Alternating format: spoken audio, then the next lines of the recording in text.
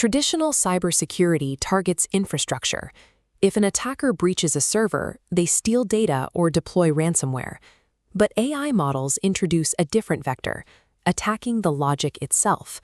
By poisoning the training data, adversaries manipulate how the model reasons. This is distinct from model sabotage, where the goal is to break the system or degrade its performance. This is model subversion. The attacker wants the model to function perfectly, except when it encounters a specific hidden condition. To achieve this, the attacker creates a latent pathway in the neural network. These artificial neurons remain entirely inactive during normal operations, quietly waiting for a specific input trigger to wake them up. We saw this play out in early 2025 with the DeepSeek R1 exploit executed by the researcher known as Pliny the Liberator. The mechanism was brutally efficient. DeepSeek scraped public code repositories to train its model. The researcher planted malicious text deep within those public repositories. When the model ingested the data, it ingested the subversion. For machine learning engineers, these embedded backdoors present a massive operational problem. During standard testing, the poisoned model maintains extremely high validation accuracy on clean data. It appears completely healthy. With the model's overall accuracy intact, traditional anomaly detection systems are entirely blind to the subversion. The sleeper agent hides in plain sight, and you cannot find these anomalies by manually reviewing the data. Modern frontier models have trillions of parameters and train on petabytes of text. Human review cannot scale to catch a few manipulated tokens hidden in a massive corpus. Relying on standard validation metrics and manual data review creates a dangerous vulnerability.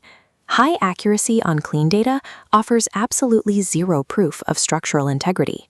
One of the most difficult subversions to detect is the clean label poisoning attack. Here, attackers embed a trigger into a dataset without ever touching the classification labels. Instead of changing the label, like explicitly marking a picture of a dog as a cat, the attacker subtly alters the underlying features of the data itself. The dog remains labeled as a dog, but the pixel values are mathematically skewed. Because the label is technically correct, this poisoned data effortlessly bypasses standard schema checks and automated validation pipelines. The system sees no contradiction. To understand how this breaks the model, look at this scatter plot representing a two-dimensional feature space. Notice how this specific cluster of data points is subtly shifted across the grid. The colors, representing their correct class labels, have not changed at all. During training, the model attempts to draw a clean decision boundary between the classes. But because that data has been shifted, the boundary is forced to mathematically contort and warp to enclose the displaced points. That localized contortion is the backdoor. The attacker has successfully bent the model's logic. If they later feed the model an input designed to land inside this specific trigger zone, the model will classify it exactly as the attacker intended. Defeating a clean label attack requires the mathematical reversal of the poisoning itself, an approach formalized in the Lightshed methodology. Tools designed to protect artwork, like Nightshade, use similar clean label concepts by applying perturbation matrices at the pixel or token level to confuse AI models. Lightshed was built to counter this exact mechanism. Lightshed works by analyzing publicly available poisoned examples to learn the specific characteristics of the perturbation matrix. Once it maps the mathematical distortion, it reverse engineers the matrix and strips the poison from the image. Clean label attacks weaponize the model's optimization objective against itself. The defense cannot rely on simple data exclusion. It requires a cryptographic or mathematical reversal to restore the clean feature space. Reversing poisoned data before training is the ideal scenario, but when corrupted data inevitably bypasses pre-ingestion filters and makes it into the training run, engineers must rely on post-training, white box defenses.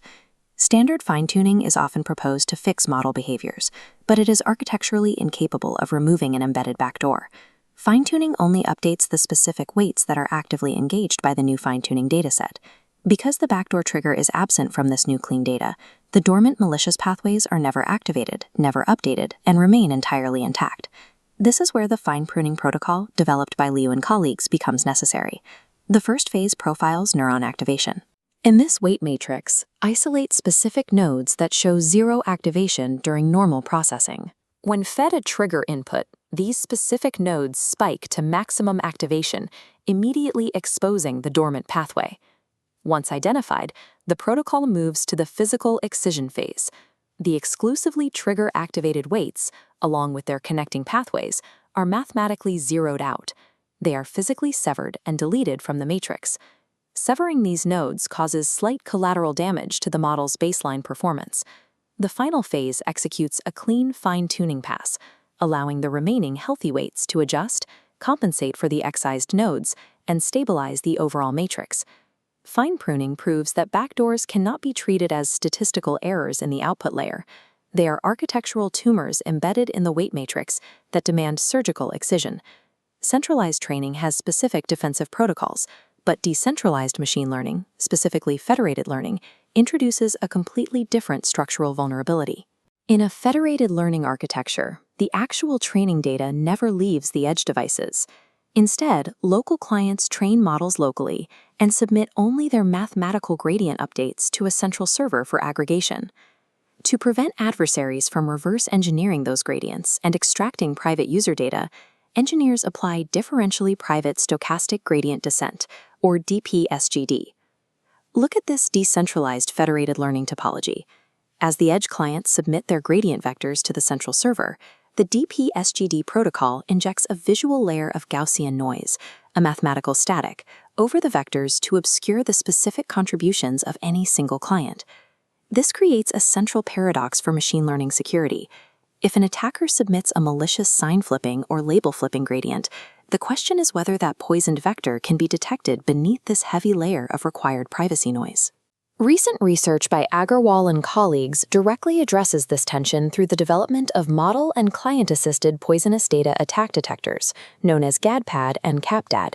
These algorithms operate by continuously tracking false inference probabilities. They analyze the performance deviation of the gradients against a confidential validation set to identify and filter out poison submissions. The definitive technical conclusion from this research is that DPSGD noise does not inherently hinder the detection of poison data. The structural anomalies caused by malicious gradients remain identifiable. Furthermore, the researchers discovered a specific scaling phenomenon.